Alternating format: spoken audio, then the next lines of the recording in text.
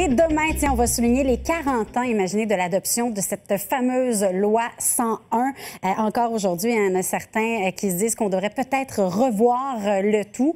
On va en parler avec mon invité. Il est en studio avec moi, Maître Maxime Laporte, président général de la Société Saint-Jean-Baptiste de Montréal. Maître Laporte, bonjour. Bonjour. Donc, on s'apprête à célébrer une loi. C'est quand même rare qu'on célèbre des lois. Ça en dit beaucoup, finalement, sur l'importance que ça revêt, cette loi pour le Québec. En effet, ce ne sont pas toutes les lois qu'on célèbre de cette manière-là. Certainement pas le code de la route, par exemple, ou je ne sais trop quoi.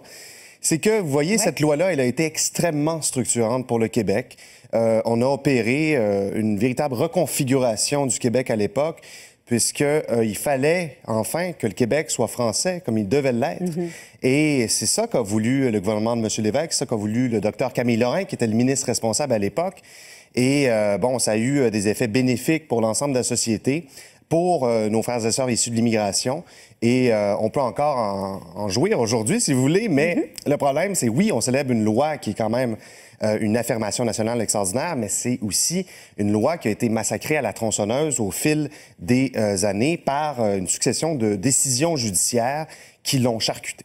Par exemple? Ah, bien, au plan de la langue de l'éducation, de la langue d'affichage. Vous savez, par exemple, initialement, la loi 101 prévoyait que la langue d'affichage commerciale au Québec serait le français, et seulement le français. Et au fil des décisions, ben, ça a changé beaucoup. Comme on le voit, on est au centre-ville de Montréal, évidemment, c'est pas pour rien. Donc, au fil des décisions, notamment des tribunaux canadiens, la Cour suprême du Canada, etc., eh bien, on s'est retrouvé effectivement avec une loi 101 qui a l'air un peu d'un fromage gruyère. Est-ce que c'est au fil des décisions, au fil des gouvernements, que ce soit péquistes ou libéraux? Parce qu'évidemment, on n'a pas tous le même avis, si on veut, sur la loi 101, sur sa pertinence, par exemple? Bien, c'est sûr que dès le départ, cette loi faisait controverse. Mais quand même, au fil du temps, je pense qu'on est allé chercher un bon consensus à un tel point qu'à un certain moment, bien, sous le gouvernement Bourassa, Robert Bourassa, le premier ministre libéral, est même allé jusqu'à invoquer la clause non-obstant pour se soustraire à une décision de la Cour suprême du Canada qui affaiblissait la loi 101. Bon, ça a duré un certain moment. Aujourd'hui, on peut se questionner sur la vigueur de notre langue commune, la vigueur du combat aussi à mener pour la préserver, la pérenniser. Mais chose certaine, je pense que c'est un enjeu qui rejoint beaucoup les gens aujourd'hui, beaucoup de gens qui sont inquiets pour l'avenir de la langue française et à juste titre. Bien, on l'a vu récemment avec les statistiques qui sont sorties. Bon, on disait qu'il y avait un certain... Bon, on s'est un peu trompé au départ. La panique était en la demeure. Finalement, on a corrigé le tir un peu, mais quand même, on se rend compte que ça recule un peu la langue française au Québec. Donc, pour vous, est-ce qu'il y a lieu, justement, peut-être de s'en inquiéter? Oui, bien écoutez, pour ce qui est là, des tergiversations de Statistique Canada, bon, le fait est qu'écoutez, le français recule comme langue maternelle et comme langue d'usage. C'est indéniable. C'est indéniable. Et là, je vous parle du Québec, mais si je vous parlais du Canada, c'est encore plus dramatique. Mais revenons c'est ça que j'allais dire, au plus Québec. Catastrophique. Vous savez, le même organisme fédéral, Statistique Canada, a publié des projections démographiques il y a quelques temps qui montrent que en 2036, dans 20 ans, moins de 20 ans, eh bien, les francophones de langue maternelle, bon, au Québec, vont passer d'à peu près 80 à moins de 70 et sur l'île de Montréal, d'à peu près 50 à peu près 40 Donc, on voit que c'est un enjeu qui est d'actualité.